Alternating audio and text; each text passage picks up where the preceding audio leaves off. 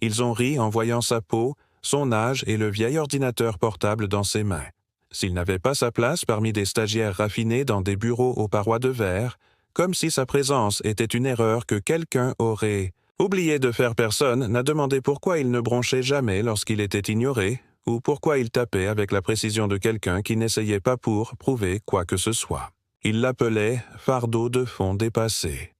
Mais ce qu'il ne savait pas, c'est que chaque rire à chaque commentaire secondaire, chaque renvoi silencieux, était remarqué, et pas seulement par lui.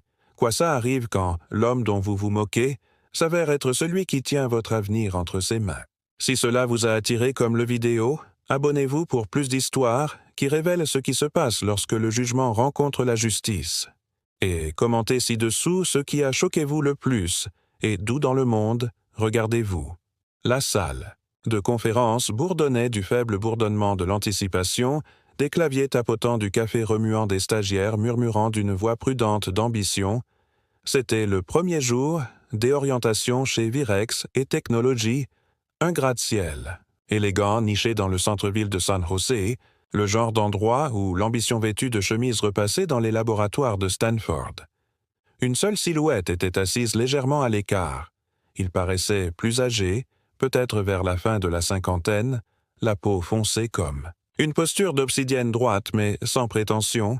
Il portait un blazer gris patiné, et j'ai posé un vieil ordinateur portable noir mat sur la table en verre avec un soin délibéré. Il était visiblement obsolète. Pas de logo, pas de lueur, juste charnière robuste et coins éraflés qui avaient clairement vu des années d'utilisation. Certains stagiaires ont chuchoté, d'autres ont ri à voix basse. Personne ne s'assit à côté de lui. Alors que les nouveaux arrivants arrivaient, ils se dirigèrent naturellement vers l'autre côté, la pièce plaçant instinctivement une rangée de chaises vides entre eux et l'homme. Une femme avec des lunettes épaisses et une presse-papiers exécutif est entrée rapidement en distribuant des paquets de bienvenue. Elle a établi un contact visuel avec chaque stagiaire et a souri, leur a remis un dossier, un stylo de marque d'entreprise et un bon de déjeuner. Lorsqu'elle est arrivée, l'homme à la peau sombre, elle s'arrêta moins d'une seconde, juste assez, pour qu'il le remarque, puis se retourna sans le lui tendre la main. L'homme n'a pas bronché. Il a simplement croisé les mains et regardé devant lui. C'était comme s'il avait déjà vu cette routine se dérouler dans des bureaux qui semblaient tout aussi soignés, tout aussi modernes, tout aussi froids. Le présentateur est entré à côté d'un jeune chef de produit en sweat à capuche et jamblon joyeux. Appelant tout le monde, il a cliqué sur des diapositives remplies de mots à la mode comme innovation, disruption et synergie. L'homme écoutait tranquillement, prenant de temps en temps des notes dans un carnet en cuir à côté de son ordinateur portable. Personne ne l'a remarqué. Personne n'a demandé qui il était. Au cours de la première activité brise-glace, le responsable a divisé les stagiaires en petits groupes et a demandé pour lancer une application imaginaire en 5 minutes. Chaque groupe était rempli d'énergie feutrée et de frappes frénétiques, sauf un. L'homme n'a pas été choisi. Le directeur lui a jeté un coup d'œil puis a hésité continuer sans reconnaissance. Quelques personnes ont bougé, mal à l'aise, mais n'ont rien dit pendant le déjeuner. La pause approchait, l'assistante revint distribuer les bons. Elle se faufila entre les tables, les bras remplis de cartes de repas plastifiées. Lorsqu'elle arriva à la dernière rangée où l'homme était assis seul, elle est simplement passée devant, même si elle avait encore une carte en main. L'homme a baissé les yeux un instant, puis a ouvert son ordinateur portable. L'écran scintillait légèrement avant d'étudier une grille de code. De loin, les lignes ne signifiaient rien pour les autres. Juste du texte vert sur un fond noir, comme dans un film ADS. Quelqu'un a marmonné quelque chose à propos de ligne de commande étant obsolète. Un autre stagiaire rit doucement et imita tapant sur une machine à écrire invisible. De l'autre côté de la pièce, personne ne lui a demandé son nom. Plus tard dans l'après-midi, un représentant des RH a donné une conférence sur l'inclusion et la diversité dans le secteur technologique. Elle a parlé avec assurance en énumérant des statistiques et montrant des photos souriantes de sorties d'équipe, de hackathons et de sensibilisation communautaire. L'écran derrière elle montrait un graphique à barres avec le pourcentage croissant de groupes sous-représentés dans les rôles de direction. L'ironie n'a pas touché la plupart de la pièce. L'homme à la peau sombre écoutait avec des yeux calmes et une bouche immobile, comme s'il regardait un spectacle qu'il avait vu trop de fois pour être impressionné. Quand la conférence s'est terminée, tout le monde a applaudi. Faites aussi. Une fois dans le couloir après la séance, des groupes de stagiaires marchaient ensemble échangeant sur LinkedIn et parlant de leurs échecs de start-up universitaires avec un humour conscient de soi. L'un d'eux remarqua à nouveau l'homme seul près de l'ascenseur en train de taper tranquillement sur son ordinateur portable obsolète. Ils passèrent à côté de lui, puis se doublèrent entre tours pour chuchoter quelque chose à un collègue. Ce tu n'était pas assez fort pour être entendu, mais cela a fait que 3 autres ont jeté un coup d'œil et ont souri. À quelques mètres de là, l'homme ferma doucement l'ordinateur portable comme s'il manipulait quelque chose de sacré. Il appuya sur le bouton de l'ascenseur, et attendit. Personne ne se tenait avec lui. Il leva la main et demanda calmement s'il y avait d'autres copies. Elle répondit catégoriquement qu'il n'avait imprimé que suffisamment pour ceux qui étaient confirmés sur la liste du projet. Il fit une pause, hocha la tête et reprit faisant défiler sur son ordinateur portable 10 minutes plus tard. Un autre stagiaire est arrivé en retard et le coordinateur a sorti une nouvelle copie de son dossier, sans hésitation. L'homme plus âgé n'a pas levé les yeux. Les autres ont fait semblant de ne pas s'en remarquer. La salle est revenue à son bavardage habituel avec une couche de complicité intégrée dans son ton. Cet après-midi-là, les équipes devaient présenter des propositions fictives de 2 minutes basées sur le cadre éthique de l'IA de l'entreprise. Chaque groupe, j'ai eu mon tour au projecteur, tournant rapidement à travers des idées, certaines à moitié formées, d'autres péniblement répétées. Quand c'était au tour de l'homme le plus âgé, il s'est dirigé vers l'avant avec une clé USB à la main et l'a connectée au système. Le premier une diapositive est apparue pendant un moment. Un diagramme élégant d'une architecture d'apprentissage automatique, mais avant qu'il puisse commencer, le projecteur a clignoté et est devenu noir. L'assistant technique à côté a marmonné. À propos du plantage du Wi-Fi, puis a haussé les épaules annonça une courte pause. Le reste de la salle se leva et se dirigea vers le comptoir du café, le laissant seul à l'avant. Il a débranché le lecteur sans se plaindre, est retourné à son siège et a repris la frappe. Le projecteur est revenu, ligne 2 minutes plus tard. Pour le groupe suivant. Personne n'est revenu pour reprogrammer son tour. Dans la salle à manger, commune là où la collaboration était censée prospérer de manière organique, les stagiaires ont formé leur propre cercle.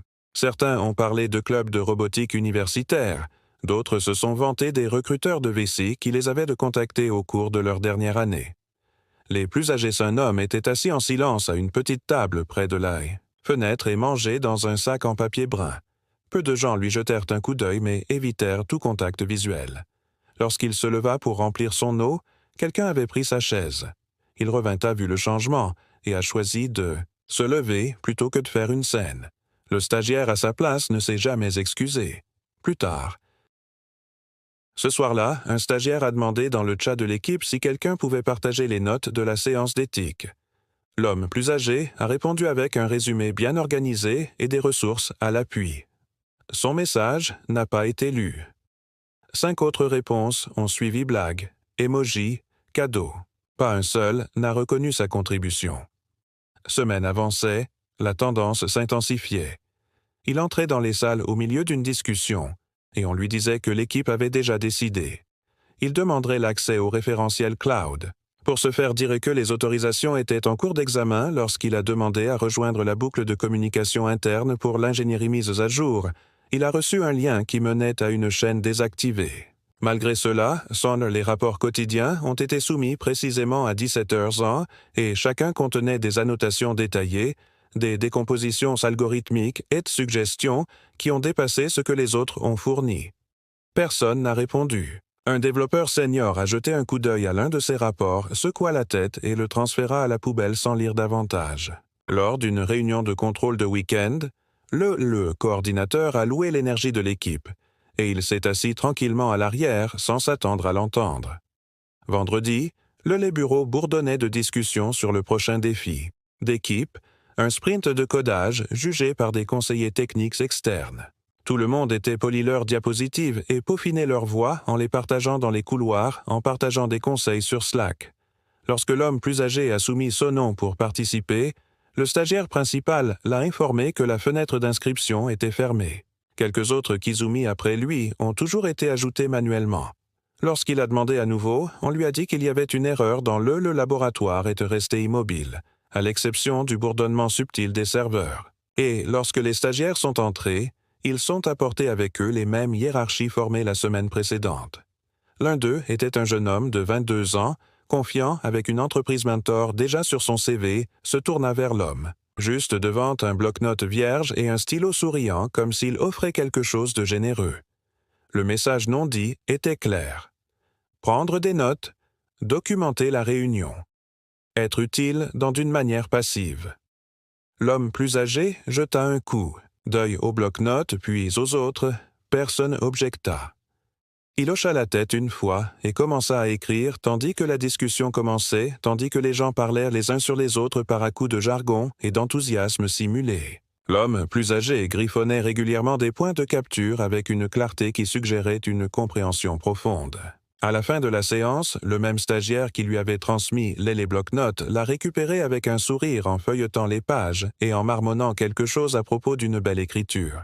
Personne n'a demandé pourquoi il l'avait fait à l'auteur original. Le document a été salué pour sa clarté et ses détails par un visiteur, un cadre qui n'avait aucune idée d'où cela venait.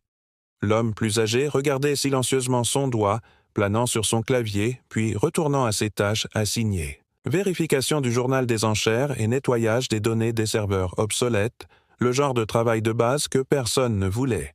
Les missions d'équipe Kizmen ont été livrées via une feuille de calcul partagée. Les autres ont parlé de travailler sur des prototypes d'éléments d'interface utilisateurs de chatbot interface et systèmes de routage autonome.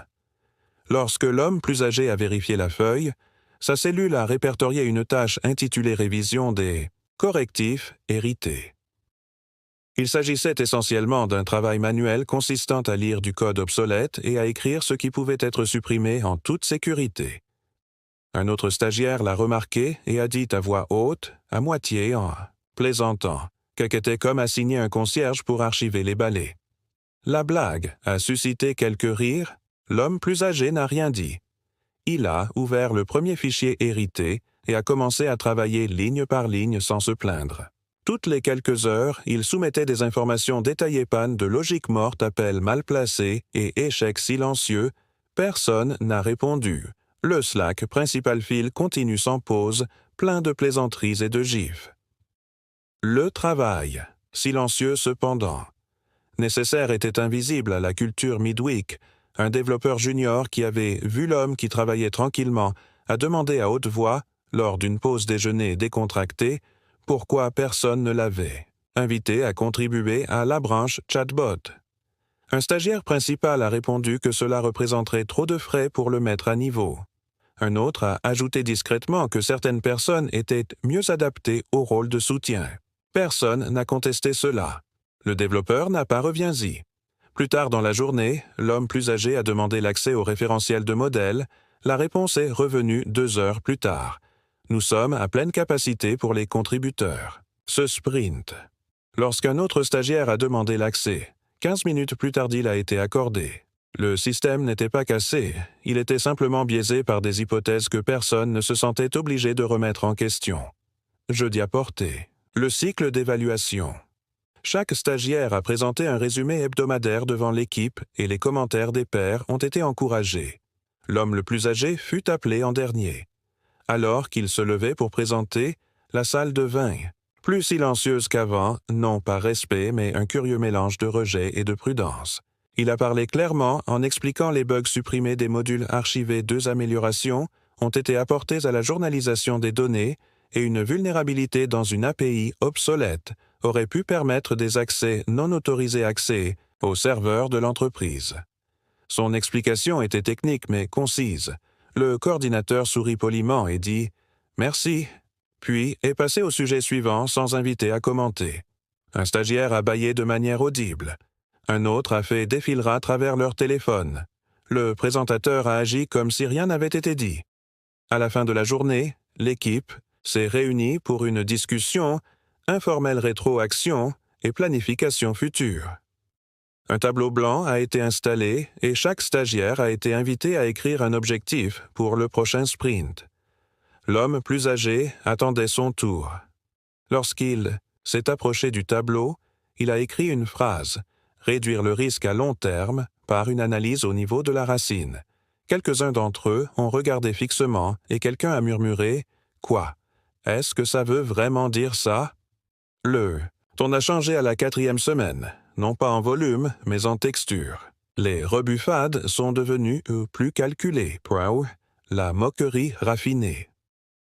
Un matin, alors que les stagiaires se réunissaient avant une revue de sprint, un paquet plié de les spécifications matérielles sont tombés au sol près du siège de l'homme plus âgé. La personne qui l'a laissé tomber est restée immobile à regarder sans son mot. L'homme se pencha, le ramassa et le brandit, mais le stagiaire s'était déjà détourné. Quelques minutes plus tard, le deuxième dossier tomba près de son pied. Cette fois, 2 stagiaires attendaient en silence, fixant leur téléphone jusqu'à ce que l'homme les lui rende à nouveau sans accuser de réception. Dans les jours qui ont suivi, ces petits moments multipliés. Quelqu'un a accidentellement laissé un chargement emmêlé-câble à côté de sa chaise en attendant qu'il le règle. D'autres ont arrêté de parler quand ils sont entrés dans des espaces de travail partagés. L'un d'eux a commencé à se référer à lui en privé comme « la relique du bureau ». Pendant le déjeuner, ils ont fait de commentaires vagues sur la façon dont certaines personnes ne pouvaient tout simplement pas suivre le rythme moderne. L'homme, plus âgé, mangeait toujours tranquillement, finissant ses repas loin de la foule, retournant toujours à son travail sans se plaindre. Puis vint la représentation classement. La liste a été épinglée sur le canal Slack et le moniteur. De couloirs présentant des mesures hebdomadaires telles que l'impact de la participation et les commentaires des pairs. Le nom de l'homme le plus âgé était répertorié mais mal orthographié en dernier dans la version décolorée grise. Ses notes étaient les plus basses dans toutes les catégories. Lorsqu'il a demandé des éclaircissements à la coordinatrice, elle a dit que les données provenaient de la contribution des pairs et d'un suivi automatisé. Il n'y avait aucune transparence, aucune correction. D'autres simplement a accepté les résultats en les utilisant pour justifier son maintien en marge. L'homme ne dit rien. Il prit les classements, les recopie et retourna à sa place. Ce soir-là, il resta encore tard d'exécuter des scripts batch pour simuler le stress du code sur l'un des modules les plus anciens, celui qui échouait silencieusement depuis des mois. Les journaux qu'il a exportés ont montré des failles de sécurité que personne d'autre n'avait remarquées. Il les a documentées et a soumis un rapport al système et l'a laissé non signé. Personne ne savait qui avait trouvé le problème et personne ne l'a examiné.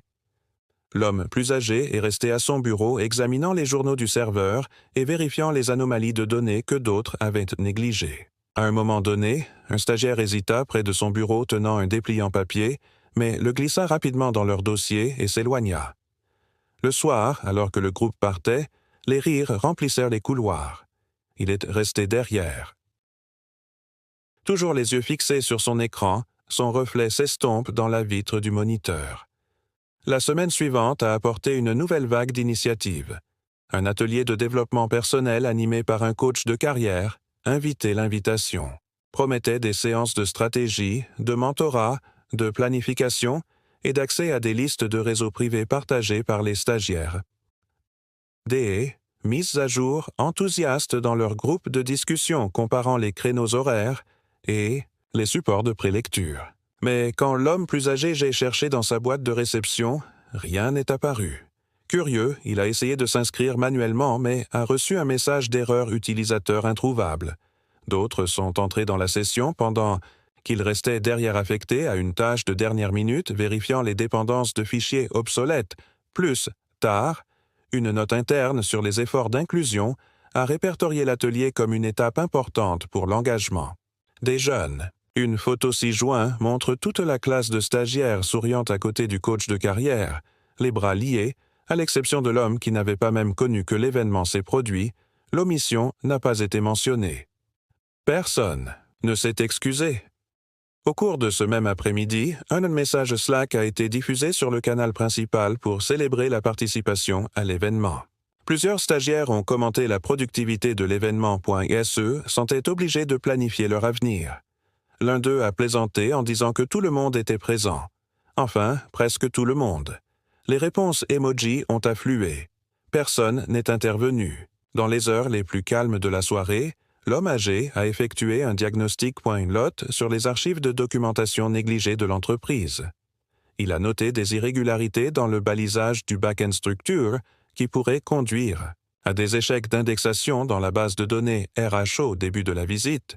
Le guide s'est exprimé avec enthousiasme en s'adressant aux stagiaires par leur nom, faisant référence à leur parcours scolaire et racontant des blagues internes lors de réunions précédentes. Mais en passant devant les plus âgés il ne s'est jamais arrêté, n'a jamais expliqué l'équipement à proximité comme si l'homme était invisible ou tout simplement ne faisant pas partie de la visite. Le guide a conduit le groupe dans une salle de test ZAL où un nouveau prototype de robotique était inactif sur un quai d'exposition. Il a encouragé les questions et a félicité les stagiaires qui ont proposé théorie et a fait signe aux volontaires d'essayer l'interface. L'homme plus âgé s'est avancé légèrement en avant, mais par quelqu'un d'autre à la place. Personne ne s'en est occupé. Alors qu'il se dirigeait vers la station suivante, un sûr se pencha vers un autre et murmura quelque chose suivi d'un cupri raide. L'homme plus âgé resta près de l'arrière du groupe observant tranquillement son expression illisible sous le doux bourdonnement des machines. À mi-chemin visite, en passant devant un vieux prototype marqué pour le déclassement, le guide a fait une blague en passant sur la technologie obsolète et comment les entreprises ont parfois conservé des choses par nostalgie. Un jeune stagiaire souriant, il a ajouté qu'il devrait peut-être créer un cours pour débutants pour la génération qui n'a pas de connaissances en technologie, puis a regardé directement à l'homme plus âgé. Les autres riaient, certains maladroitement, d'autres sans hésitation. Le gars n'a pas répondu et a simplement continué son discours. Lou, visage n'a pas bougé, il a noté les étiquettes du modèle à côté de l'équipement, a examiné leurs journaux de patch, puis a enregistré tranquillement quelque chose dans son bloc-notes, plus tard dans la journée, de retour dans l'espace de travail principal. La blague a refait surface. Un mème est apparu dans le fil Slack privé de l'équipe, une photo éditée d'une exposition de musée avec la légende « Inters of the Future ». L'image comprenait la silhouette d'un homme plus âgé debout à côté d'un vieux bureau. Personne n'a reconnu qui a posté mais il était resté en place pendant plusieurs heures sans être retiré. L'homme n'a rien dit. Il a continué à coder, en peaufinant un script oublié qui gérait les charges thermiques dans les racks de serveurs, réduisant ainsi la tension du processeur de près de 4% par anoptimisation que personne d'autre n'avait remarqué. Le lendemain matin, le bulletin d'information de l'entreprise a souligné la tournée comme une succès. Il a répertorié plusieurs stagiaires par leur nom pour leur participation et leur perspicacité, le nom de l'homme le plus âgé n'a pas été mentionné. Un stagiaire a répondu au fil de discussion en disant qu'il espérait que la visite aiderait même les personnes âgées. Les chiens apprennent de nouveaux tours. Le message a été voté positivement à plusieurs reprises. Les stagiaires ont échangé regards. Les managers chuchotaient. Personne ne s'attendait à cela. Alors que le groupe filtrait dans l'auditorium principal, ils ont scanné la salle à la recherche de signes de la visite de dirigeants ou de représentants du conseil d'administration. Au lieu de cela, les plus âgés l'homme était déjà assis seul à la longue table centrale. Personne ne l'a salué. Certains ont supposé qu'il s'était trompé de siège. D'autres ont choisi de l'ignorer complètement. Lorsque la réunion a commencé, un représentant du comité exécutif est apparu sur le grand écran à l'avant. Elle a parlé en félicitant formellement la division d'ingénierie pour avoir atteint ses objectifs du deuxième trimestre. Puis, son ton a changé. Eléa expliquait que l'entreprise avait subi un audit discret des flux de travail des systèmes internes et de la dynamique interpersonnelle. Sur la base de cet examen, une nouvelle structure de performance serait immédiatement introduite. Tout le monde serait désormais évalué non seulement sur la production, mais aussi sur la conduite professionnelle, le traitement éthique des collègues et les normes d'inclusion, tout suivi avec des mesures en temps réel et des modèles comportementaux. La salle s'est raidie, les stagiaires se regardèrent nerveusement. Quelques-uns essayèrent de se rappeler des messages passés et ignorèrent les rapports. Les murmures s'arrêtèrent alors que le représentant a conclu avec une ligne G indiquant que le cadre et la politique mise à jour avaient été rédigés, approuvés et mis en œuvre par un membre du conseil d'administration intégré à leur équipe actuelle. Puis elle a hoché la tête vers la caméra. Toutes les têtes se retourna alors qu'elle appelait le nom de l'homme, son nom complet suivi de son titre exécutif. Pour la première fois en 3 semaines, la pièce était silencieuse avec un soupçon de moquerie. L'homme plus âgé se leva lentement, ajusta ses manches et regarda autour de lui, les visages pâles. Nolan a parlé. L'un, à son tour, a cligné des yeux à plusieurs reprises en se souvenant de la blague sur les générations défiées par la technologie. Un autre a regardé souvenant du message effacé du tableau blanc. Plusieurs le fixèrent, simplement incapables de se connecter. L'homme avec le pouvoir invisible qu'ils avaient supposé être ailleurs. Le représentant l'a remercié publiquement d'avoir mené l'enquête anonyme, évaluation et identification des failles critiques dans la cohésion de l'équipe. Elle a mentionné son expérience en tant qu'entrepreneur en série IA pionnier, ancien, directeur technique de 2 grandes entreprises. Elle a détaillé son rôle dans le prochain fusion et comment il avait été chargé d'évaluer les talents pour de nouvelles pistes de leadership. Rien à propos de son ordinateur portable usé ou comportement calme. Il est resté calme, ni triomphant ni accusateur. Après l'appel terminé, il a rassemblé ses notes et est sorti de la pièce en premier. Les autres sont restés figés, réfléchissant à ce qui venait de se passer. L'homme plus âgé, désormais connu comme l'architecte exécutif derrière le changement, est resté silencieux. Il n'a fait aucune déclaration publique, aucun commentaire, personnel. Au lieu de cela, des notifications automatiques ont commencé à apparaître dans boîtes de réception sélectionnées, chacune référençant des entrées signalées, des commentaires horodatés et un protocole négligé violation. Il ne s'agissait plus seulement de rapports de performance, mais d'un dossier comportemental complet filtré par un système que personne n'avait connu. Un stagiaire a cliqué pour ouvrir son journal signalé et a vu des captures d'écran de fils de discussion Slack d'il y a 2 semaines, y compris le même dont ils avaient ri. Un autre a trouvé des références à des entrées d'enquête dont il n'avait pas réalisé qu'elles étaient liées à des individus.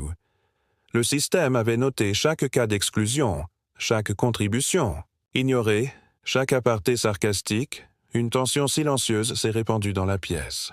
Les écrans se sont éteints tandis que les gens relisent leur propre histoire. Certains ont commencé à chuchoter et à demander l'un les autres si leur nom était apparu.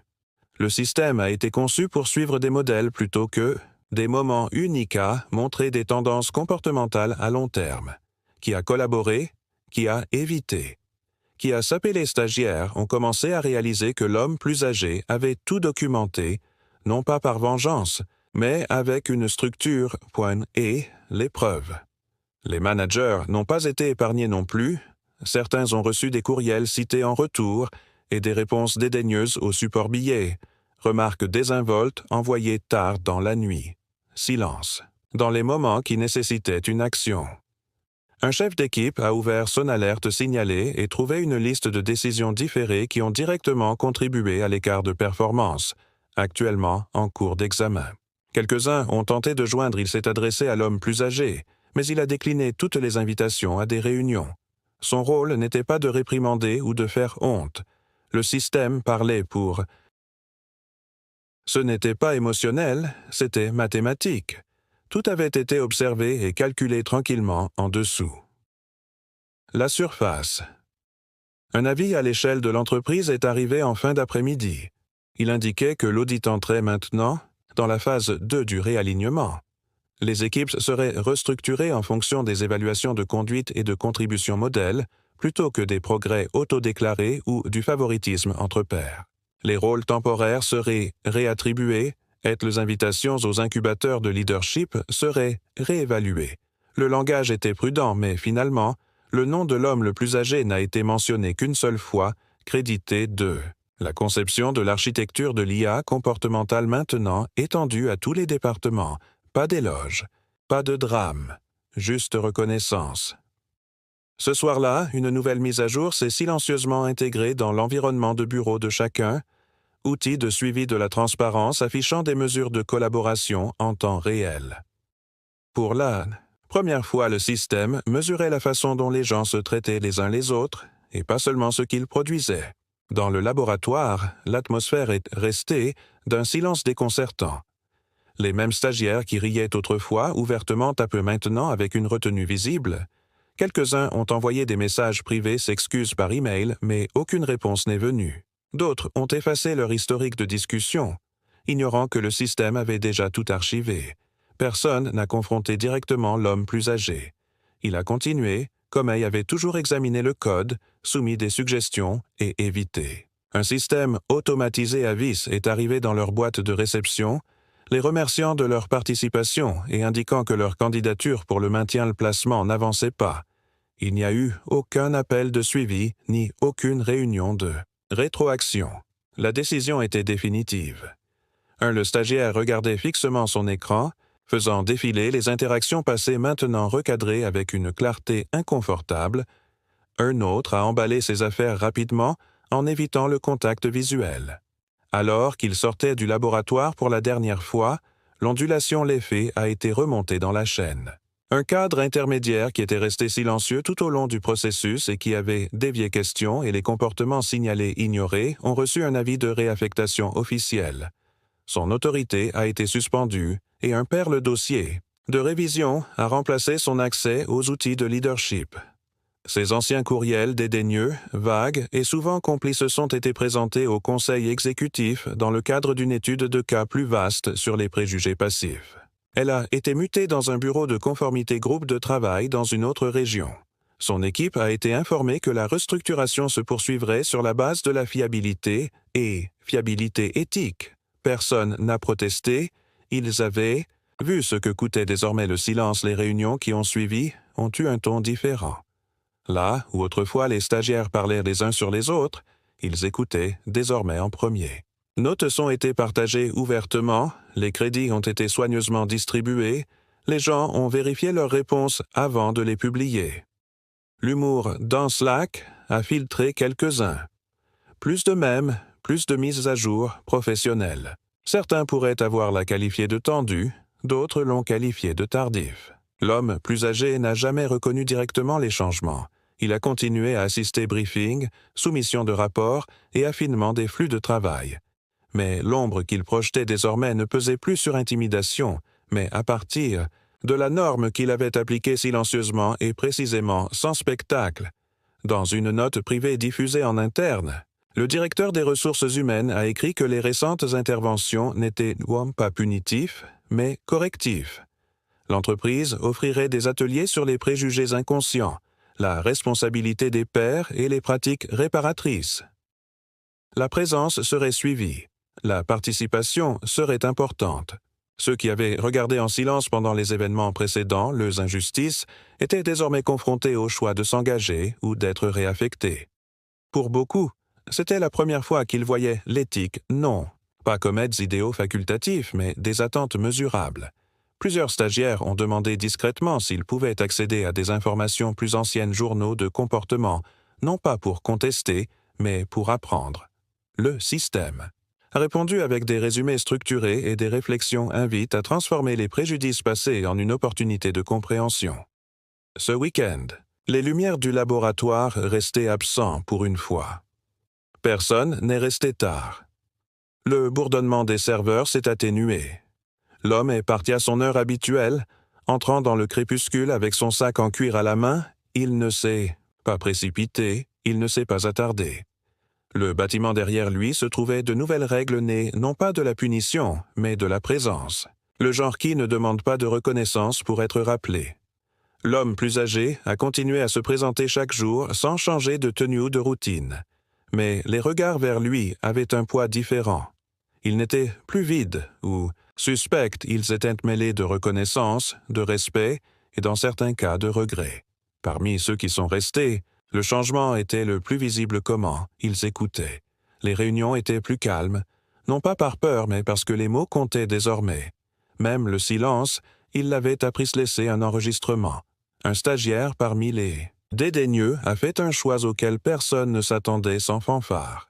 Ils ont contacté un programme parascolaire répertorié dans un ancien dépliant de l'entreprise, financé discrètement par l'homme âgé, par l'intermédiaire d'une fondation liée à l'équité en matière d'éducation. Le stagiaire a postulé pour être mentor pour les jeunes sous-représentés, proposant d'enseigner le codage de base et la navigation de carrière. Lorsque la directrice du programme a demandé ce qui avait changé, elle a demandé simplement « Je veux faire de la place » à quelqu'un qui ne l'a jamais eu. La demande a été acceptée. Plus tard, une photo a fait surface dans le mise à jour du personnel. L'ancien directeur, maintenant réaffecté, est revenu brièvement pour la revue annuelle de l'entreprise. Elle était assise au dernier rang de l'auditorium pendant le résumé de fin d'année. N'est plus un orateur seulement, un observateur. Lorsque le nom de l'homme plus âgé a été mentionné pour sa contribution à la transformation organisationnelle, elle baissa les yeux et croisa les mains. Après l'événement, elle soumit une réflexion écrite au forum interne. Elle a raconté ce qu'elle n'avait pas vu, ce qu'elle avait ignoré et ce que le silence avait coûté à son équipe. Elle n'a pas demandé sympathie. Elle a demandé que ses erreurs soient étudiées et non enterrées. Le poste a gagné traction dans tous les départements et a ensuite été utilisé dans les documents d'intégration dans les semaines qui ont suivi. Le ton de l'entreprise a changé plus que ses politiques.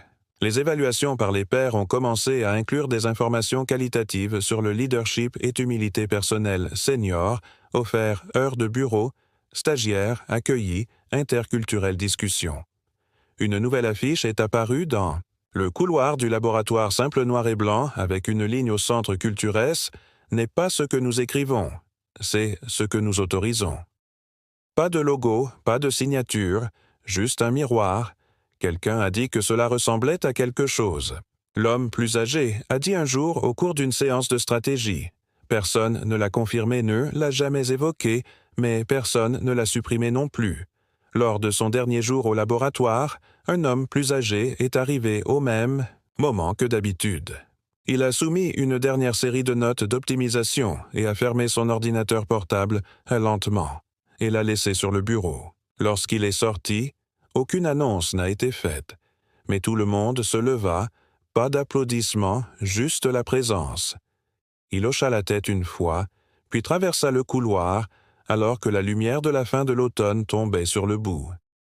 Si cette histoire vous a fait réfléchir ou réfléchir, allez-y et aimez la vidéo pour que plus de gens puissent la trouver. Abonnez-vous si vous voulez entendre plus d'histoires qui remettent en question ce que nous supposons à propos des autres. Et faites-nous savoir dans les commentaires quelle partie de cette histoire vous a le plus marqué.